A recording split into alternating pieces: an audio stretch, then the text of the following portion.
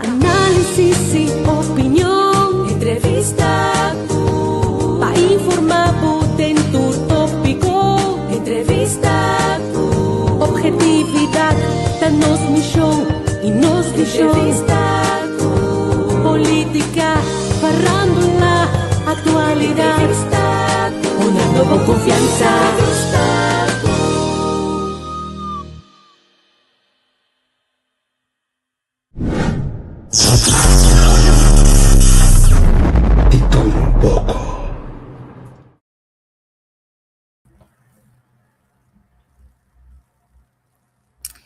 Goedenavond iedereen en van harte welkom bij deze speciale Facebook Live. Wat ontzettend mooi dat jullie vanavond met ons meekijken, want vanavond gaan we iets bijzonders doen. We leren de prachtige finalisten kennen van Miss Dutch Caribbean. Miss Dutch Caribbean, ik weet niet of jullie het al weten,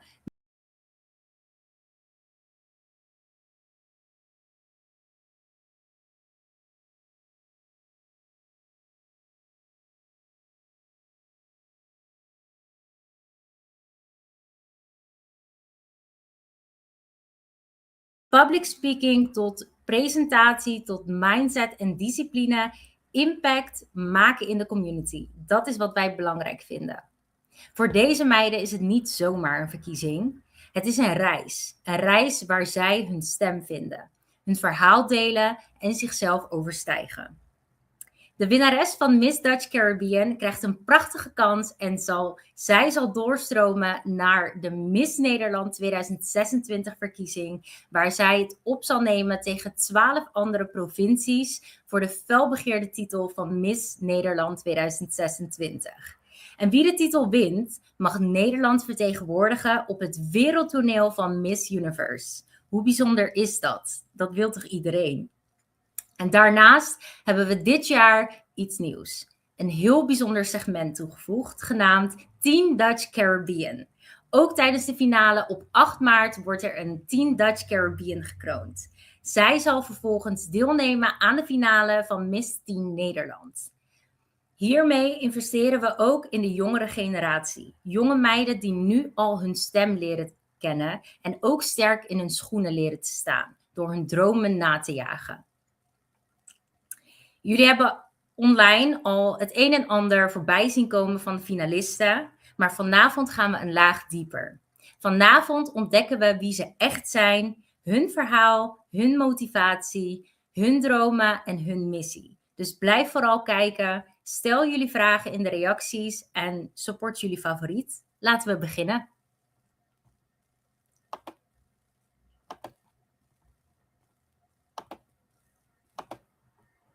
Gaan we kijken wie we als eerste in de live krijgen. En daar hebben we haar, Aimee. Welkom, goedenavond, buonanotte. Buonanotte. Hoe gaat het met je? Gaat goed hoor, met jou? Ja, ook goed. Nou, ik zou zeggen, laten we met een korte voorstelronde beginnen. Stel jezelf voor, je leeftijd, waar kom je vandaan? Mijn naam is Aimee Martis, ik ben 31 en ik kom oorspronkelijk uit Zwolle. Uit Zwolle, oké, mooi. En dan heb ik gelijk ook een tweede vraag. Je komt uit Zwolle. Waarom heb je dan meegedaan of waarom doe je dan mee met Miss Dutch Caribbean en niet een van de provinciale verkiezingen? Om heel eerlijk te zijn, toen ik me wilde inschrijven, het was een beetje een impulsieve actie, dacht ik ga gewoon voor Miss Overijssel. 10 jaar geleden deed ik mee aan Miss Friesland. En toen ik me inschreef, zag ik Miss Dutch Caribbean. En toen dacht ik, wait a minute, wie zijn deze mensen? Dus ik gelijk googlen en toen zag ik jou. En toen dacht ik, wacht heel even, dit klinkt wel heel erg goed. Dus alles doorlezen en ik dacht, nee, het kan niet. Het kan niet anders dan dat ik met deze mensen mee ga doen. Dus vandaar Miss Dutch Caribbean. Mijn beide ouders komen van Curaçao. En ja, voor mij was het niet meer dan logisch dat ik hier daar mee ging doen. Oké, nou ja, super mooi toch? Ik had uiteindelijk hetzelfde. Ik kom oorspronkelijk uit Zuid-Holland. En toch heb ik gekozen om mee te doen met Dutch Caribbean. Omdat dat mij beter... het paste beter bij mij. Goed, dan heb ik een wat diepere vraag. over het traject. Wat was jouw grootste onzekerheid voor dit traject? En wat is daar dan nu veranderd? Om heel eerlijk te zijn, ik struggelde best wel met mijn gewicht. 10 jaar geleden, toen ik voor het eerst meedeed, toen was ik 21, zag ik er toch anders uit. Ik was wel wat lichter. En ik moet heel eerlijk zeggen dat tijdens het traject, dat ik wel echt opmerkingen van mensen kreeg van, je hebt gewoon facecard en je bent gewoon een krachtvrouw en je mag er gewoon zijn. En dan zei ik van, ja, echt waar? Ja, echt waar. Dus het is ook jullie, de organisatie die mij er doorheen sleepte en de meiden. En ook gewoon de dingen die ik op Facebook, Instagram en TikTok voorbij zag komen, dat ik dacht, oké, ik mag er gewoon zijn. Het feit dat het van buitenaf moet komen, is zo'n moment zoals het is. Maar het begint ook van binnenuit wat meer te stromen, dat ik denk, ik mag er gewoon zijn. En het is gewoon oké. Ja, zeker. Je mag er zeker zijn. En het is inderdaad oké. En ik vind het hartstikke mooi dat jij dat wil laten zien ook. En ik denk dat je hier heel veel andere dames mee inspireert om ook spannende keuzes te gaan maken en er gewoon voor te gaan. Dus, als ik iemand kan inspireren, dan heb ik gewoon mijn werk gedaan. Dan zit ik goed. Ja, inderdaad. En zo volgt de rest eigenlijk. Hartstikke mooi. En dan heb ik nog een vraag voor jou. Want wat denk je dat jou uniek maakt op het podium tussen de rest van de dames? Want we zijn natuurlijk allemaal Dutch Caribbean. Maar wat geeft jou de unieke touch? En waarom zou jij dan Miss Dutch Caribbean moeten zijn? Ik denk dat het gelijk ook een platform is, endometriose. Endometriose is een chronische progressieve ziekte. Wat eigenlijk, ik zal het heel kort even uitleggen voor de mensen die het niet kennen, als je dat goed vindt. Ja, dat is goed. Het zijn eigenlijk verklevingen die buiten de baarmoeder groeien, dus echt een vrouwenziekte. Hè? En die kunnen gaan ontsteken en dat kan dus heel erg pijn doen. 1 op de 10 vrouwen heeft dit. En dat is toch echt iets wat ik probeer uit te dagen. En in mijn dagelijks leven ondervind ik er ook echt wel struggles in. Dus ik moet ook echt mijn leven erop aanpassen. Dus best wel een gezonde levensstijl en er echt rekening mee houden. En ik geloof ook wel dat mij anders maakt dan een andere kandidaten. Omdat ik toch een extra struggle daarin heb. Maar ik geef toch wel mijn alles om het uit te kunnen dragen. En toch te kunnen laten zien aan een meisje of een vrouw die thuis zit. Die denkt, wauw, ze heeft ook endometriose. Maar ze kan ook dit doen. Of ze kan ook werken. Zodat zij ook weet dat er ook hoop is voor haar. Want soms kan dit echt uitzichtloos zijn. Ja, zeker. En ik ben daar ook... Ja, dus ik weet hoe het is. En inderdaad, heel mooi advocacy die je gaat voortbrengen gedurende het traject. En hopelijk ook daarna. Voorbeeld voor veel andere vrouwen. Ja, dankjewel daarvoor. Dank je. Dan heb ik nog een afsluitervraag voor jou. En deze, je mag de zin afmaken eigenlijk. Okay. De kroon staat voor mij voor...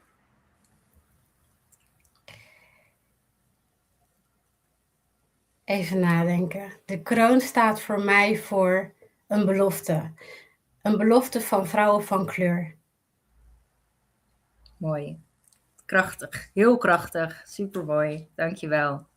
En als laatste, geef maar een boodschap aan de mensen die kijken. De finale is 8 maart. Wat wil je nog zeggen?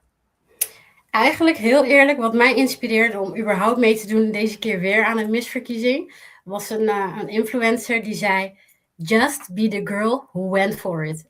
En dat is letterlijk wat ik soms tegen mezelf zeg als ik twijfel van, moet ik dit doen, moet ik dit niet doen. Just be the girl who went for it. Kijk hoe het afloopt, ga er gewoon voor. Supermooi. Dankjewel, Aimee. Dat was Aimee, de mensen. Ze heeft een prachtige boodschap gegeven. En dan gaan we nu door naar de volgende. Ik zie dat Dejanira Castillo er al is. Hallo, buonanotte. Hoe gaat het met je? Goed, goed. Warme dagen deze dagen, dus Ja, lekker. Mooi zeker. weer. Dat mag wel, inderdaad. Stel jezelf voor, Dejanira. Je naam, leeftijd, waar kom je vandaan? Nou, ik ben Dejanira, ik ben 20 jaar oud en ik kom uit Den Haag. Oorspronkelijk van mijn moederse kant van Curaçao en van mijn vaderse kant van Cuba. Mooi. En ik ga een aantal vragen stellen met betrekking tot de misverkiezing. Veel mensen denken dat misverkiezing alleen om uiterlijk draait. Wat zeg jij tegen hen? Het zit heel veel meer werk achter. Het kost echt heel veel tijd en als het niet iets is wat jij leuk vindt of als het niet iets is waar jij je aandacht of tijd aan wilt besteden om toch een bericht over te brengen aan andere mensen, dan is het niet de competitie voor jou. Ik denk dat heel veel van de meiden die eraan meedoen echt toch een passie hebben om toch iets over te willen brengen aan anderen. Want dat maakt ook weer de verkiezing uit zichzelf. Het is niet alleen, oké, wie ziet er het mooiste uit? Wie heeft de mooiste kleding? Wie heeft het mooiste gezicht? Het is ook echt hoe jij jezelf presenteert en wat jij over wilt brengen. Ja, inderdaad. En dan gelijk een andere vraag. Wat wil jij overbrengen aan de mensen, aan de community, aan de hele wereld? Wat ik het liefst wil overbrengen aan de mensen is dat er echt wel een lichtpuntje zit. Ik heb heel veel jaren gestruggeld met mijn mentale gezondheid en ik wil toch overbrengen van je kan verder gaan en je kan toch nog de toekomst inkijken en toch berichten door kunnen geven aan andere mensen, ook al heb jij daar misschien een tijd mee gestruggeld. En mensen die kunnen dat heel vaak niet aan jou zien en dat is toch wel de goal. Ja. Dat mensen die kunnen zien van, oh, zij is doorheen gegaan, ze heeft periodes gehad waar ze misschien heel onzeker was of misschien wat moeite had met zichzelf. Maar als jij tot een punt kan komen waarin jij de positiviteit ziet en zo jouw dagen door kan brengen, dan straal je dat ook anders uit. En dan voel jij je ook anders in je vel. En samen met dat hoop ik ook wel dat mensen samen met die zelfverzekerdheid ook goed voor zichzelf kunnen advoceren. Ja. Ook samen met mijn advocacy bij de huisarts of voor hun eigen gezondheid, om toch hun kwaliteit van leven te verbeteren. Oké, dat is interessant. En heb je nu ook al tips voor de mensen die kijken bijvoorbeeld, die daarmee zitten? In algemene positiviteit of in de gezondheidszorg? In de gezondheidszorg. In de gezondheidszorg. Mijn tips zouden echt zijn, als jij je niet comfortabel voelt of als jij ergens aan twijfelt als het aan jouw gezondheid gaat, alsjeblieft blijf doordringen. Je komt soms mensen tegen die jou het gevoel geven van, oké, ze blijft ernaar vragen, het is echt niks. Als jij je niet goed voelt, jij bent degene die je lichaam het beste kent. Alsjeblieft blijf doorvragen, vraag naar een andere dokter. Je bent echt niet gek. Want aan de eindstand, als er iets mis is met jouw lichaam en je bent niet door blijven kijken, dan kunnen mensen misschien wel sorry zeggen, maar dan ben jij degene die er mis zit. Ja. Dus het moet echt in je handen. Ja, nou ja, dat is een hele mooie tip. Een hele mooie boodschap ook. En ik hoop ook dat de mensen die kijken, die hier mee zitten, ook de tips gaan volgen. Of volg Dejanira. Ik denk dat ze veel meer tips heeft om veel meer delen. Ja. Goed. Ik heb een andere leuke vraag voor jou. Waarom is Miss Dutch Caribbean meer dan een wedstrijd? Want jullie zijn een groep dames onder elkaar en de teens die strijden voor deze mooie kroon en de titel. En uiteindelijk ook Miss Nederland.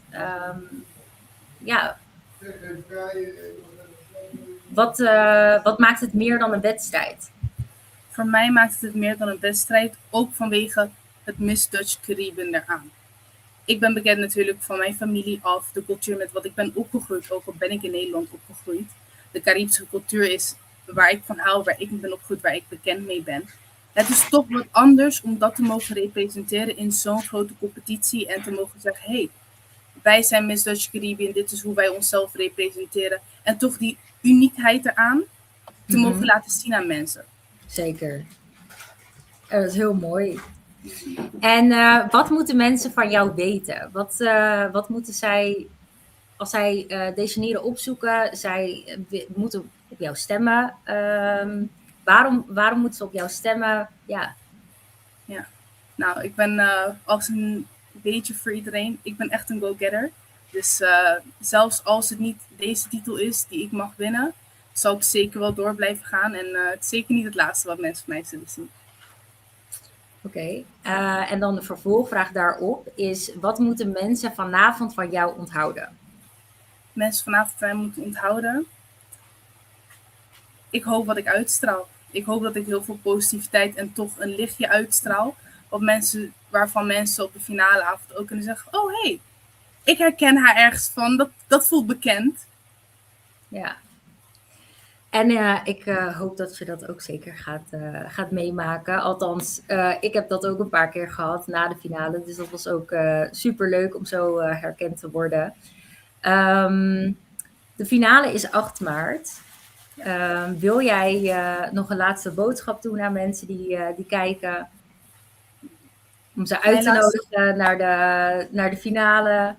Uitnodigen zeker, want ik kan denk ik voor iedereen spreken dat het zeker wel een hele mooie show gaat worden. Samen met de dames, met de show dat wordt opgezet voor iedereen. Het is wel echt, ik denk, een avond die niemand wil missen. En de boodschap die ik wil meegeven aan mensen is om echt naar buiten te gaan en echt onderneem dingen. Durf jezelf ergens in te gooien. Ik heb mezelf in deze competitie gegooid zonder te weten hoe ik make-up moet doen, zonder te weten hoe ik op hakken moet lopen. En ik zie echt wel maanden daarna hoe ver ik ben gekomen. Als je mij een jaar geleden had gezegd, ja, je gaat op 13 meter hakken. Zo, 13 meter, sorry. 13 centimeter hakken. Ja. Dan had ik je echt aangekeken van, ja, tuurlijk. Dat had ik het niet geloofd. En lukt dat nu, 13 centimeter? Ja, het lukt zeker. Mijn moeder die keek me ook verbaasd aan van, oké, een jaar geleden was dat niet gelukt. Nou ja, binnenkort kan je misschien 15 of zelfs 17. Zeker. Over een paar maanden hoop ik. Ik weet nog niet. Maar ja, dus ik wil mensen echt meegeven om dingen te ondernemen in het leven. Durf jezelf een beetje in het diepe te gooien, want je komt er heel mooi uit. Ja, nou mensen, gooi jezelf in het diepe. Volgens Deijanira is er altijd een manier om eruit te komen. En dat geloof ik ook zeker. Dankjewel Deijanira voor vanavond. Heel veel succes met je traject nog. En ja, fijne avond. Yes, fijne avond.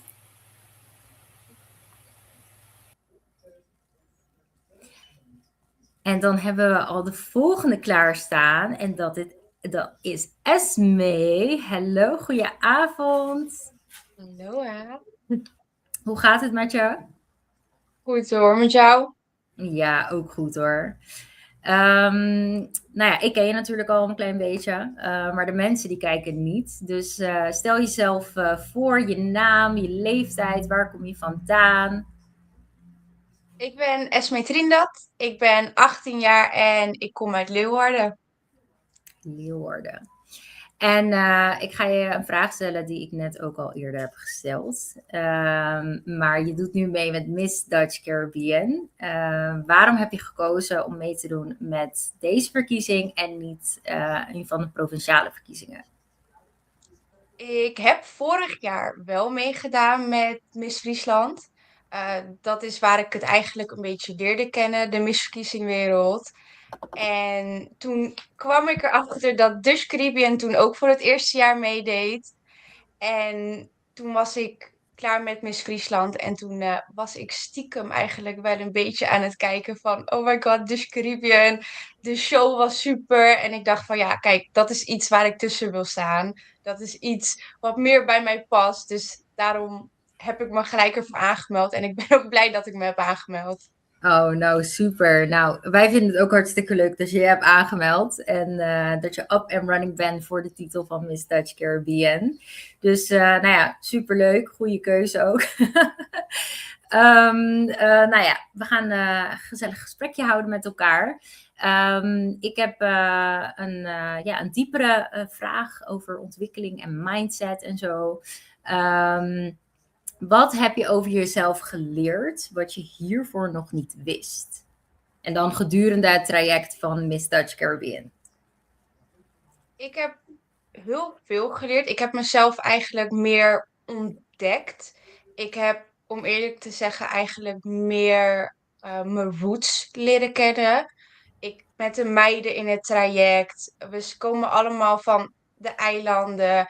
En het Ja. is gewoon zoveel power dat we met z'n allen Dutch Caribbean kunnen voorstellen, kunnen representeren. En daardoor heb ik mezelf eigenlijk ook echt heel erg meer als Miss Dutch Caribbean gevoeld dan wat ik hier voorheen voelde.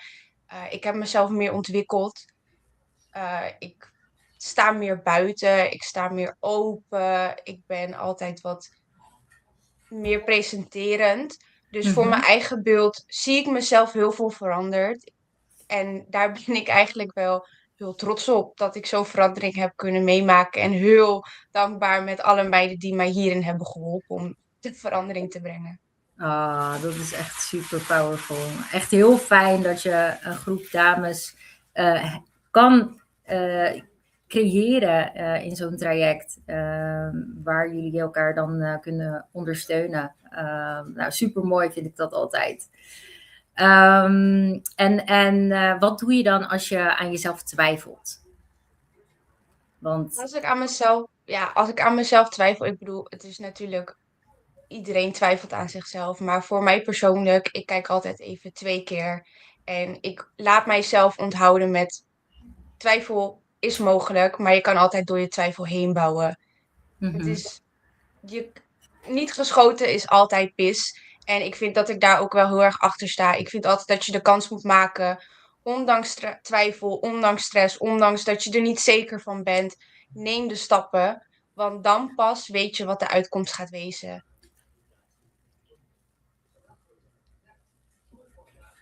de uitkomst gaat zijn. Ja, je liep een beetje vast, maar ik heb het begrepen. Oké, nou ja, goed. Inderdaad, mensen, als je aan jezelf twijfelt, stuur Esme een bericht. Zij kan je sowieso helpen met tips. Nou ja, heel mooi. We gaan een stukje door naar toekomst en Miss Nederland. Want stel je voor, jij wordt Miss Dutch Caribbean. Hoe ga je je dan voorbereiden op het Nederlandse traject?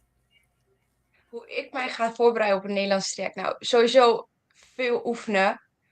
Met de catwalk, met het representeren van mezelf.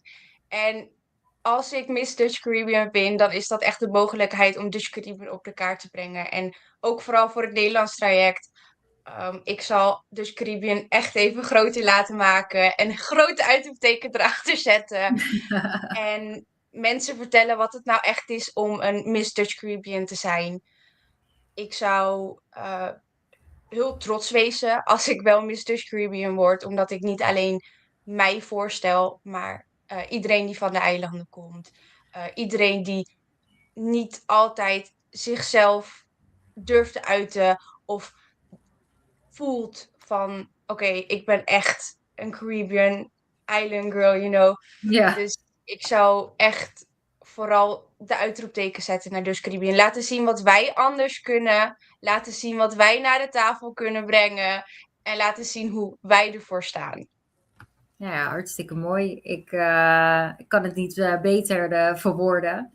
En het is, het wordt tijd dat Dutch Caribbean groter op de kaart wordt gezet. Zeker. En we proberen het ieder jaar en het wordt steeds groter ieder jaar. Dit jaar hadden we veel meer aanmeldingen dan de afgelopen jaar. Dus ik hoop echt op een grotere opkomst ook aankomende jaren. En ik kan niet wachten wat jullie meiden allemaal gaan doen en op het podium gaan neerzetten op 8 maart.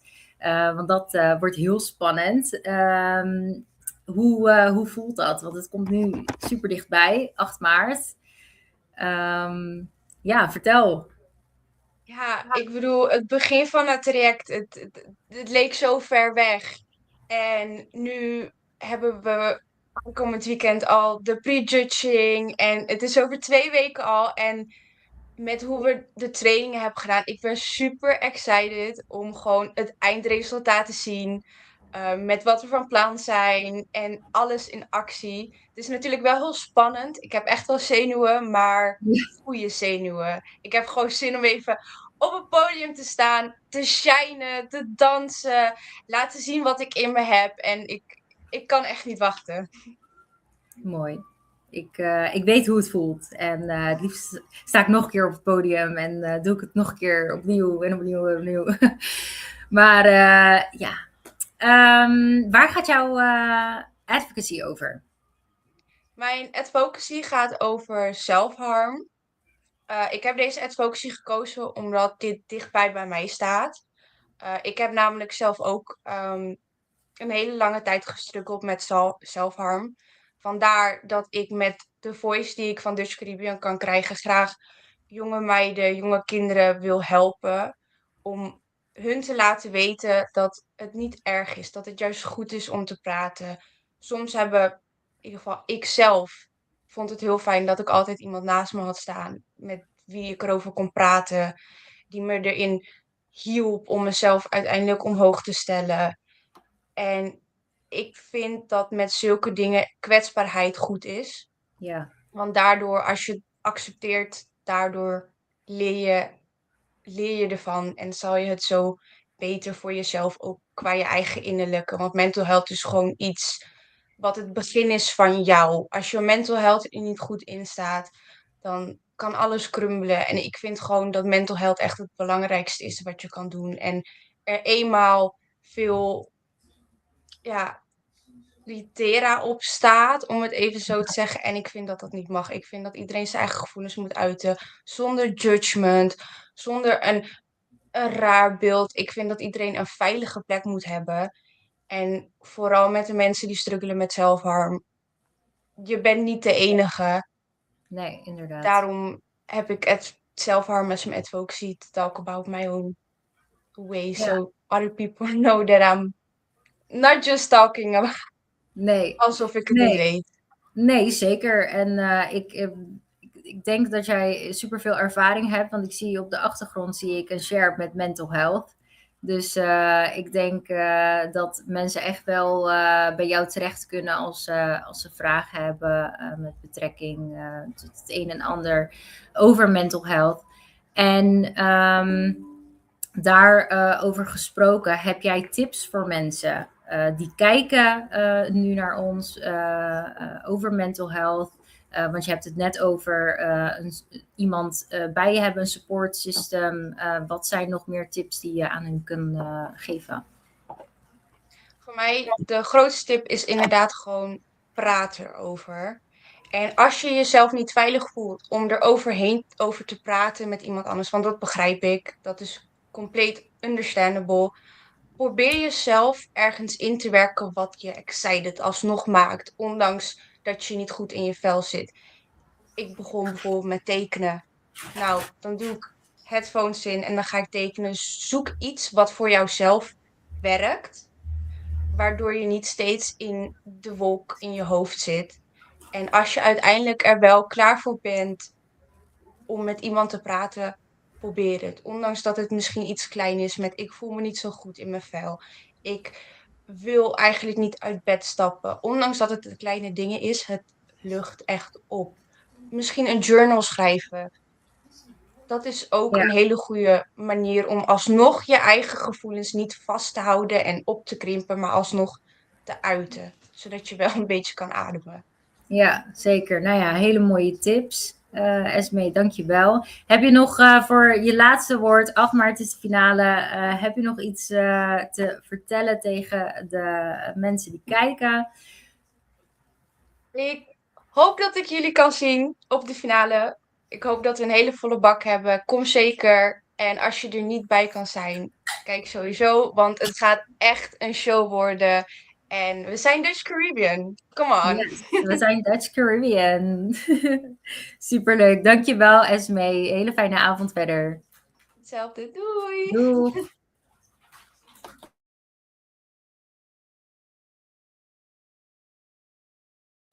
En dan gaan we door naar de volgende. We hebben hier Sharifa. Hello girl. Goedenavond. Goedenavond. Heb je er beetje zin in? Hoe gaat het met je? Ik heb er heel erg zin in. I'm very, very excited. Thank you. Mooi. Nou ja, ik ken je natuurlijk al een klein beetje, maar de kijkers niet. Dus zou je jezelf willen voorstellen? Je naam, je leeftijd, waar kom je vandaan? Ja, let us know. Yes. Dus voor de kijkers, mijn voertaal is Engels. Dus ik hoop dat iedereen me een beetje kan volgen. My name is Sharifa. I am born and raised in the Netherlands. I am both from Ghana and from Curaçao. And I was actually raised in England for most of my life. And I recently moved back here about 3 years ago. And that's when I decided to also reconnect with my roots. Oké, mooi, dankjewel.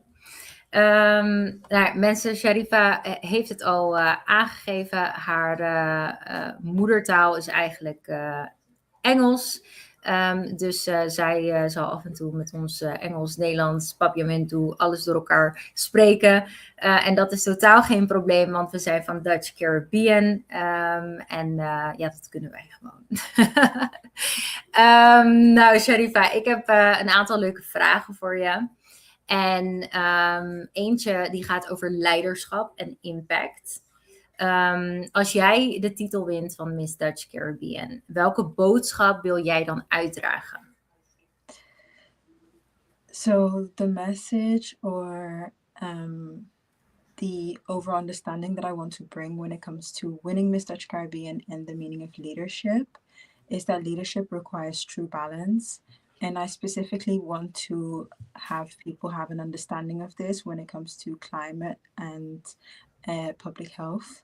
The reason why I say this is because in the leadership space, people often lean towards being more authoritarian, being the boss, giving instructions. I, however, got the opportunity to actually speak with somebody we all met before, which was Miss Gladys Chur from Rotterdam Partners. And with Glow and Grow's challenge, the bingo challenge, one of them was to speak to a woman who inspired you. And this woman in particular is in a leadership position. And her understanding of leadership was so profound to me because she spoke about also wanting to make people feel at home and welcome in a gentle manner. And I think that's really what leadership embodies. So that's something that I would love to bring to the title. Oh, super mooi. En ook heel fijn dat je dat van de lessen van Glow en Grow hebt kunnen oprakelen. Nou ja, als we het over Glow and Grow hebben, wat is je gevoel gedurende het traject? De finale is bijna 8 maart. Hoe voel je je? Hoe zijn de vibes? I'm definitely turning the nerves into excitement. I think everything really, it was said before, everything passed so quickly. I met so many wonderful people. I really feel like I've met a second family in ways. Everyone's been lovely. And honestly, it's been something I look forward to every single week, meeting up with everybody and training. As difficult as it can be, I can say I've become a better person for it in all the ways of my life. Oh, wauw, dat is echt heel mooi. Echt heel fijn. Ik zei het ook net al. Heel mooi hoe je een pageant binnenstapt en je gaat eigenlijk concurreren met elkaar voor de titel. En uiteindelijk toch een powerful vrouwengroep wordt er eigenlijk gevormd. En dat blijft voor altijd. En dat vind ik ook het mooiste aan misverkiezingen. Dus ja, super mooi dat je dat eruit hebt kunnen halen. Een stukje door over groei en ontwikkeling. Even denken. Welk moment heeft jou het meest uit je comfortzone gehaald? The moment that took me out of my comfort zone the most, I think, was actually, which can be quite surprising for people, but when we had to learn how to walk. Because, oh, really? Yeah. Because for my other job, I started modeling when I was 18. So I'd learned how to walk in a modeling sense, and having to reframe and relearn how to do this in a different context was not just interesting, but also a little bit daunting because I felt like I was supposed to know how to already walk. When I was also there to learn. So that really brought me out of my comfort zone. And Mhm. it's something that I definitely enjoy because I felt more playful and more whimsical in a sense. Uh-huh. And yeah, like genuinely, well, when I walk down the street, sometimes I hit a little pageant strut as Oh well. yeah, me as well. I do that. Yeah. In the gym as well. I do it on the treadmill. Yeah. Ja, nee, superleuk. Dat had ik eigenlijk niet verwacht. Ik had niet verwacht, maar ik kan het wel begrijpen, omdat want je doet modellenwerk. Modellenwerk is heel anders dan beauty pageant. En met beauty pageant kan je jezelf iets meer loslaten en vrij in je bewegingen, in je look, in je facial expressions, alles eigenlijk. Dus ja, nou, super cool. Waarom is Miss Dutch Caribbean meer dan een wedstrijd voor jou? Je hebt net al gezegd dat je hebt eigenlijk de meiden die zijn eigenlijk jouw kring geworden. Je kan op hun steunen. Maar ja, het is nog steeds een wedstrijd. Maar wat maakt het dan meer dan een wedstrijd? What makes it more than a competition for me is, again, linking it back to the community that you build, but also the point that they make of having you understand what advocacy is and also being an advocate for something loudly, proudly, and publicly. And this is something, especially as being somebody who is in research, is so attractive to me because I'm able to actually apply the things that I've learned outside of the academic settings, outside of papers, and talk to more people about them. And whilst wearing a beautiful dress and having lovely women around me. So I think it's wonderful. Oké, great. Nou ja, super. Het blijft een moeilijke vraag ook. Maar voor iedereen is het anders. En nou ja, super mooi. Ik heb een afsluitvraag voor jou. En je mag de zin afmaken. De kroon staat voor mij voor... De kroon staat voor mij voor. So the crown for me stands for... You can think it about can be it. one word or it can be a sentence.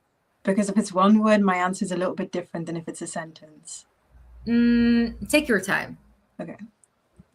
For me, it stands for being able to come out of your shell in a manner that allows you to be there for other people and be representative of a cause. I think a title gives you a level of respect that people have and a level of, we call this authority, but not so much authority, but more so credibility, meaning you have worked for it, you've trained for it, and now you're going to use it to represent something. So when I say that the crown for me stands for, I want to say this in Dutch really bad so that people can more Just do it in Dutch. Just do it in Dutch. I also feel I'm starting to feel a little bit shy because I think it's something that wanting to win is maybe it's a British culture thing, not seen as allowed, but wanting to win a crown and wanting to represent these things that I've mentioned before is something that I think is beautiful. So besides beauty and grace and poise, it's also credibility and respect. Yes. Okay, that's a great answer. And you don't have to be ashamed about it. Because winning the crown, if iedereen wil de kroon winnen. Als ze jou straks voorbij zien lopen met de titel en de kroon, dan als klein meisje of als dame zou ik ook zeggen, wauw, dat zou ik ook willen. En dan ga je meedoen met een traject en dan doe je het eigenlijk om de titel en de kroon te winnen. Maar ook, je neemt ook de verantwoordelijkheid op je. Want je vertegenwoordigt de hele Dutch Caribbean. Ja. En ook in het Nederlandse traject. Dus daar hoef je je zeker niet voor te schamen. Dankjewel, Sharifa. Heb je nog een laatste boodschap voor mensen? De finale is bijna... Ja, kom zeker kijken. We zien jullie graag. En ook get to know the girls. Get to know who everybody is who's participating, what advocacy is for, because honestly, wonderful things and wonderful works are being done here. And if you're interested in participating next year, I 100% recommend it. I've learned so much and it was a wonderful experience. And also thank you for watching today. Ja, super. Dankjewel, Sharifa. Hele fijne avond verder. Fijne avond. Bye.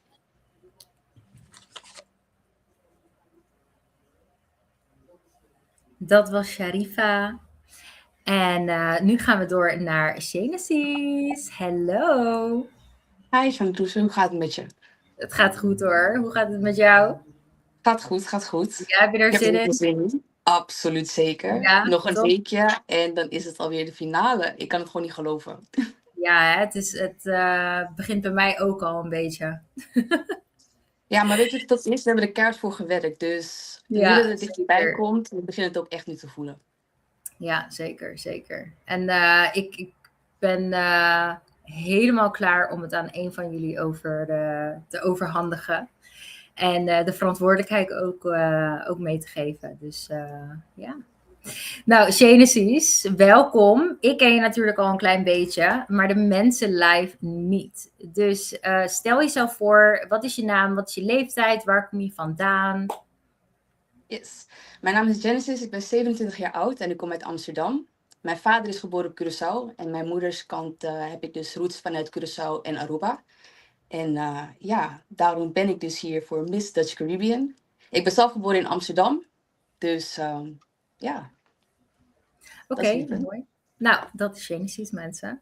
We gaan de diepere laag in over de ontwikkeling en mindset, leiderschap en wat misverkiezingen, inhoudelijke vragen. Wat onderscheidt jou van alle andere finalisten? Wat onderscheidt mij van de andere finalisten is mijn advocacy. Ik sta voor de mensen met een huidaandoening. Ik heb zelf vitiligo. Zoals jullie zien, ik heb een witte vlek op mijn oog. Ik ben er niet mee geboren. Ik heb het gekregen op een leeftijd van 11, 12 jaar. En ja, weet je, het was een hele rollercoaster voor mij met vitiligo. Omdat er ook heel veel niet te weten was. De afgelopen jaren is er nu wel wat meer onderzoek naar gedaan. Maar ja, toen ik het had, wist niemand wat het was. Er werden dingen gezegd dat ja, wat gewoon niet klopte. En zelfs mensen die vitiligo hadden, die kwamen naar mij toe en die zeiden ook tegen mij van, ja, ik heb het ook, maar ik bedek het. Waarom jij niet? En ik wou dat niet meer. Nee. En voorheen bedekte je het wel? Ik heb een hele korte periode heb ik het bedekt, omdat ja, ik was best wel jong. Ik moest naar de middelbare school. Je weet hoe het gaat op de middelbare school. Je weet nooit wat er dan kan gebeuren. Dus ik deed het in het begin wel. Maar op een gegeven moment, ik wou het niet meer. Dat is niet wie ik was. En ik struggelde er op een gegeven moment ook heel veel mee. Zeker ook toen ik had gedacht van, weet je wat, ik stop er nu mee. Er waren gewoon heel veel narigheden en mensen die naar mij toe kwamen met bepaalde opmerkingen. Wat me gewoon eigenlijk juist meer kracht heeft gegeven om het niet te bedekken dan terug te gaan om het wel te bedekken. Oké, nou dat is hartstikke mooi.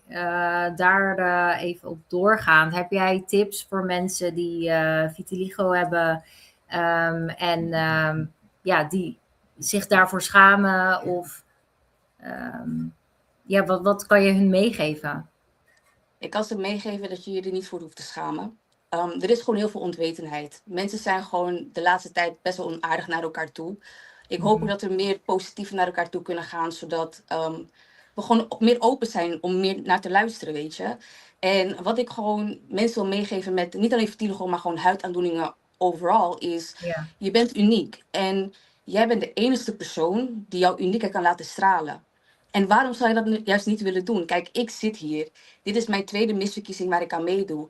En echt waar, ik heb hele nare dingen in het begin gehoord, maar ik heb ook zoveel positieve dingen gehoord van mensen. Dat ze zeiden, wauw, het is zo uniek, je bent zo mooi. En op een gegeven moment ging er gewoon een bepaalde deur en wereld voor mij open. Dat ik dacht, waarom doe ik dit alleen? In de miswereld zelf zijn er bijna geen dames die laten zien dat ze een huidaandoening hebben. En ik wil gewoon dat taboe gewoon doorbreken, weet je. Ja, nou ja, ik vind het super krachtig. En dat jij ervoor gaat staan en, ja, het gewoon doet. Ik denk dat jij zeker wel een voorbeeld gaat zijn voor, of al bent, voor meerdere vrouwen of mannen zelfs die vitiligo hebben. En ja, super mooi dat je dit op kunt brengen. Ja, dankjewel. Weet je wat het ook is? Het is ook gewoon niet alleen fysiek, maar ook mentaal dat het Ja. mensen iets doet. En ik ben echt maar door alles ben ik heen gegaan. En ik zeg Mhm. altijd tegen mensen, probeer door te gaan. Je komt er wel doorheen. Maar ja, vaak zijn het maar mooie praatjes. En ik wil juist mensen laten zien van, zelfs ik tot de dag van vandaag struggle nog steeds met heel wat dingen. Maar ik Ja. probeer toch nog steeds door te gaan. En Mhm. als ik het kan, geloof me, dan kan iedereen het. Dan Maakt kan niet uit wie je iedereen bent. het. Ja, Precies. zeker. Ja, nou ja, ik zit hier met mijn kroon en mijn sjerp. En ook ik heb heel veel dingen doorstaan. En gewoon weer bovenop gekomen. Dus ik weet zeker dat mensen die kijken en jij ook struggles hebt of je ergens voor schaamt of niet durft. Nou, kijk naar ons, wij doen het. Dus Ja, precies. geloof zeker En in praat jezelf. erover met elkaar. Ja, zeker. Dus een hele mooie boodschap, dankjewel Genesis. Even over het traject, want dat is nu al een paar maanden aan de gang. Wat is het leukste wat je gedurende het traject hebt meegemaakt of gedaan? Of let us know. Nou, het leukste wat ik dus heb meegemaakt en heb gedaan is een combi van. Want natuurlijk heb ik mijn groep dames, de Miss Dutch Caribbean, waar ik heel veel van hou. De teens en natuurlijk ook gewoon de misses zelf. Maar ik ben ook mee gaan doen met de pageantry. En daar kwamen er op een gegeven moment ook heel veel dames van verschillende provincies. Mhm. En op een gegeven moment raak je toch wel met elkaar in de praat, weet je. Ja. En je merkt dat het niet alleen maar in jouw provincie zit, maar dat je ook connecties kan maken met mensen daarvan buitenaf, weet je. Een misverkiezing is niet alleen maar eerst, we gaan kijken naar de provincies, de winnaars komen samen, die gaan weer verder. Nee, want er zijn zelfs dames die al de finale hebben gehad, Ja. die iets hebben gewonnen of die niets hebben gewonnen. Maar die nog steeds natuurlijk, dat ik nog steeds aan hun post kijk, nog steeds natuurlijk like. En ja, weet je, wat is daar nou juist gewoon niet zo mooi aan? Nee, inderdaad. Ik had dat ook tijdens mijn traject van Dutch Caribbean. Toen ik, volgens mij op de finale avond, waren er ook heel veel meiden van andere provincies die al hun titel hebben gekregen. Die kwamen dan naar Dutch Caribbean en dan wilden ze allemaal met mij op de foto. En dat had ik eigenlijk niet verwacht, weet je wel. Zo'n opkomst waren echt een hele groep meiden gekomen. Om naar de show te kijken, hoe het bij Dutch Caribbean ging. En ze waren allemaal positief. En superleuk dat je dat onderling niet alleen met je eigen provincie kan hebben, maar ook gewoon met elkaar, met alle andere meiden. Ja, ik vind het alleen wel jammer dat ik nog niet naar een misverkiezing toe ben kunnen gaan. Want ja, ik moet heel vaak juist werken rond die tijden. Oh ja? Maar ik werk op de trein als hoofdconducteur. Dus tuurlijk. Ja, dus ik werk echt de meest rare tijden. Dus soms vroeg, 's avonds laat, middernacht. Het is echt best een gekke werk. Dus voor mij ook het combineren van de misverkiezing en het werk was voor mij ook wel echt een hele uitdaging. Ja, maar je kan er wel zelf bij zijn, toch? Op de verkiezing, 8 maart. Tuurlijk. Anders rijdt de trein zo voorbij. Nee, zeker. Ik ben er zeker erbij. Ik weet ook precies waar Veenendaal ligt, dus ik kan Oké, het niet top. toezien. Nee, super. Oké, nou leuk. Ik heb nog een afsluitende vraag voor jou. Wat moeten mensen vanavond over jou onthouden? Wat ze vanavond over mij moeten onthouden?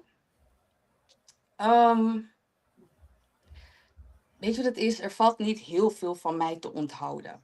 Als ik het, laat me zeggen, even zo globaal moet zeggen. Waarom? Omdat er zijn zoveel dames die natuurlijk nu ook een interview hebben samen met jou. Je voelt het aan. Als je weet van oké, dit is een persoon die ik zie. Het is niet dat ik iets kan zeggen van, dit is wat je van me moet houden. Je moet het voelen. Het moet vanuit binnen moet het komen. Daarom zeg ik van, ik kan niet zeggen, vergeet mij niet, denk aan mij. Nee. Als ik jou heb geraakt en jij weet van oké, dit is een persoon die echt iets wilt voor later en voor merendeels voor iedereen, dan ga je mij onthouden. En dat is voor mij eigenlijk iets wat ik wil. Weet je, ik wil niet dat ik mensen ga aansporen, onthoud op mij. Nee, het moet, natuurlijk moet het komen. Nee, zeker. Dat is heel sterk, heel eerlijk ook, oprecht. En ik denk dat mensen jou daardoor zeker gaan onthouden. Nou, dankjewel Genesis. Hele fijne avond. Fijne avond nog. Dankjewel. Nou mensen, dat was Genesis met haar krachtige woorden. Wil jij haar ook zien op de finale? Koop dan je Hi. kaartje. 8 maart is de finale van Miss Dutch Caribbean. En we hebben de volgende al. Oh nee, die is nu... Ze mag weer terugkomen. Oh, oeps. Nou, er gaat heel even wat fout, maar dat maakt niet uit. We hebben hier Sudeska. Hi, ik hoor niks. Je hoort mij niet? Misschien ligt het aan mijn telefoon, maar... Ik hoor jou wel namelijk. Ik hoor niks. Oké. Dan gaan we even naar de volgende. Als die... Ja, Shemendra. Hallo. Sorry hoor, ik was nog heel even bezig met mijn outro samen met Genesis. Maar we gaan gewoon even doorpakken. Goedenavond, hoe is het? Hi. Goed met jou? Ook goed hoor. Heb je er een beetje zin in? Heel veel zin. Ja, oké. Nou, stel jezelf even kort voor. Wie ben je? Waar kom je vandaan? En wat is je leeftijd? Yes. Ik ben Shemendra Angelina, ik ben 16 jaar oud. Ik kom uit Den Haag. Ik ben half Surinaams, half Antilliaans. Mijn moeder is Surinaams en mijn vader is Antilliaans. Je praat wel heel snel. Het mag heel even rustig, want anders kunnen mensen je niet bijhouden, lieverd. Ik ben Shemendra Angelina, ik ben 16 jaar oud. Ik kom uit Den Haag. Ik ben half Surinaams, half Antilliaans. Mijn moeder is Surinaams en mijn vader is Antilliaans. Oké, mooi. En waarom heb jij besloten mee te doen met Miss Teen Dutch Caribbean? Op Sint Maartendag had jij mij gescout. Ja. En toen had ik eerst de planning om met Miss Zuid-Holland mee te doen. Maar toen dacht ik van, ik wil toch wel mijn roots vertegenwoordigen. Daarom heb ik met Miss Dutch Caribbean meegedaan. En om een beetje om mijn roots van mijn Antilliaanse kant meer te begrijpen en te leren kennen. Ja, nou ja, dat vind ik heel mooi. En heel fijn dat je hebt gekozen voor de Dutch Caribbean. En hoe vind je het tot nu toe, dit traject? Ik vind het echt heel leuk. Elke dag word ik ook blij wakker dat ik mee mag doen. Het is ook een heel groot doel in mijn leven dat ik vroeger had, toen ik iets kleiner was, heb opgesteld van Shai, je gaat iets doen wat je zo blij gaat maken en dat is dit. Dat weet ik 100% dat is dit. En het maakt me ook zo blij. Ik kan het ook aan je zien. En superleuk. Nee, ik heb Shemendra ontmoet op Sint Maartendag inderdaad. En toen heb ik haar gescout voor de Teen Dutch Caribbean. Dus wij zijn mega blij dat ze meedoet. En zij competeert met 2 andere finalisten. In totaal zijn ze met z'n 3'tjes voor de titel Miss Teen Dutch Caribbean. Voor het eerst op 8 maart wordt die titel uitgereikt. Heb je er een beetje zin in? Hoe gaat het? Heel Het is erg over een paar weken al. Heel erg veel zin. Alleen nog een beetje met mijn jurk lopen. Dat is nog een beetje moeilijk. Maar voor de rest heb ik er heel erg veel zin in. Heb je je jurk al binnen? Ja? Ja. Nog niks verklappen hoor. Nog niks verklappen. Nee. Heb ik hem al gezien? Ja. Oké. Ik heb hem al gezien. Sorry mensen. Maar ik moet het heel even checken. Maar oké, ik heb even een kleine vraag voor je. Wat hoop jij dit traject, gedurende dit traject, andere jonge meiden... wacht, heel even. Ik ga mijn vraag opnieuw stellen, sorry. Wat hoop jij dat jonge meiden leren van jouw deelname? Daar is ook waar een beetje mijn advocacy over gaat, is dat je niet moet bang zijn wat andere mensen van je vinden en het gewoon doen. Want ik was ook eerst heel bang om het te doen, omdat ik vroeger in mijn jaren gepest werd, omdat hoe ik eruit zag. En ik was heel bang van, Shai, heel veel mensen gaan je pesten, heel veel mensen gaan dingen over je zeggen, maar ik heb het toch gedaan. En ik sta hier nu, ook deze ding is heel erg spannend voor mij, maar het is wel, ik heb het gedaan en het is zo leuk om te doen. En dat je gewoon niet bang moet zijn wat andere mensen van je denken en het gewoon doen. Ja, inderdaad. Gewoon doen mensen. Want ik heb het gedaan. Ik zit nu hier. Shemendra heeft het gedaan. Of ja, ze is ermee bezig. En uiteindelijk, wie weet wat er gaat gebeuren op 8 maart. Maar gewoon doen. Hele mooie tips van Shemendra. En wat zou jij tegen je jongeren zelf willen zeggen? Heel kort. je hebt het gedaan. En je bent niet meer bang voor wat andere mensen van je denken. En je hebt het gedaan. Nou, heel Dat een mooi. Je hebt beetje. het. Ja, nou ja, dat is goed. Ja, ik weet ook niet wat ik tegen mijn jongeren zelf... Wat zou ik zeggen tegen mijn jongeren zelf? Doe en durf. Want dat is mijn motto. Goeie motto. Ja, goede motto. Hoe combineer jij je school, je dromen en dit traject? Want ik ga ervan uit dat je nog steeds op school zit. Ja, ik zit helaas dit jaar in het examenjaar, dus ik ben heel erg veel bezig met school. Maar het is Oh gewoon ja. van, ik focus eerst op school, sowieso ook op de misverkiezing, maar school staat wel bovenaan. En ik maak wel tijd vrij, maar eerst mijn examens focussen en gewoon elke vrijdag gewoon een dag chill om met de misverkiezing bezig te zijn. En gewoon heel veel op school focussen, dat ik mijn examen kan halen dit jaar. En wat voor opleiding doe je? Ik doe nu VMBO-opleiding evenementen en sport en evenementen. En volgend jaar ga ik MBO-evenementen ook doen. Oké, en wat is je uiteindelijk droom? Mijn eigen business en evenementen. En bijvoorbeeld net als Sint Maartendag cultuurdagen Oh ja, evenementen leuk. doen. Ja. Ja, dat is superleuk. En dat zie ik je wel doen eigenlijk. Met je big smile en alles hosten en zo. Ja, superleuk. Heb jij nog een laatste woordje voor de kijkers? De finale is 8 maart. Wil je wat tegen ze zeggen? Misschien uitnodigen? Sowieso, ik hoop iedereen te zien en als mensen nog geen tickets hebben, ze uitnodigen. Dat het een geweldige show wordt die je niet wilt missen. Zeker, een geweldige show die je niet wil missen. Want de eerste 10 Dutch Caribbean wordt gekroond op 8 maart in Theater Lampegiet, Veenendaal. Mensen, dankjewel Shemendra. Dankjewel. Een hele fijne avond en veel succes nog. Yes, dankjewel. Lieve mensen, dat was Shemendra, onze eerste 10 Dutch Caribbean die we hebben gesproken. En nu gaan we door met Sudeska. Ik hoor alweer niks. Dus ik denk niet dat ik dit ga kunnen doen. Oké, nou dat is goed. Sudeska hoort ons niet. Wil je horen? Hoor je mij wel? Ik kan alleen nog steeds niks horen. Oh, dus ik weet nu niet wat je allemaal hebt gezegd. Ja, ik doe zo. Oké, is goed. Doei. Doeg. Nou, dat ging heel even niet goed. Ik weet niet of we nog een volgende interviewer hebben. En anders ga ik jullie aangeven dat... nou, ik zie al dat het bijna klaar is. Nee, er is niemand meer. Dan ga ik het met jullie afsluiten. 8 maart is het dan zover. De finale van Miss Dutch Caribbean 2026. De tweede editie al. Ik wil jullie allemaal uitnodigen. Als jullie nog geen ticket hebben, koop dan je kaartje via www.lampegiet.nl/Miss Dutch Caribbean. En daar kun je dan je tickets kopen. En dan zien wij jou op 8 maart in Theater Lampegiet Veenendaal. De show start om 7:30. Dus wees op tijd. En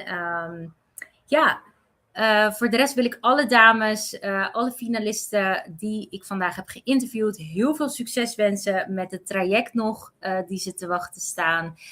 Over enkele weken gaan zij tegen elkaar op het podium strijden voor de titel Miss Dutch Caribbean en Miss Teen Dutch Caribbean. En de winnaar van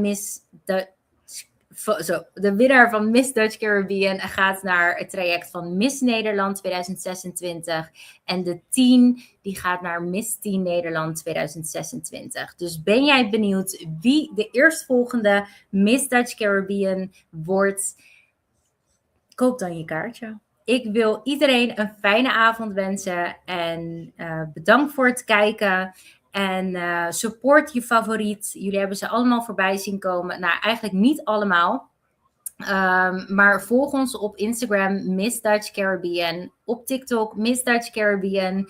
En dan kun je de rest en de eindresultaat van de finale meekrijgen. Super spannend. En bij deze wil ik jullie een hele fijne avond wensen. Dankjewel voor het kijken. En tot de volgende keer. Doeg!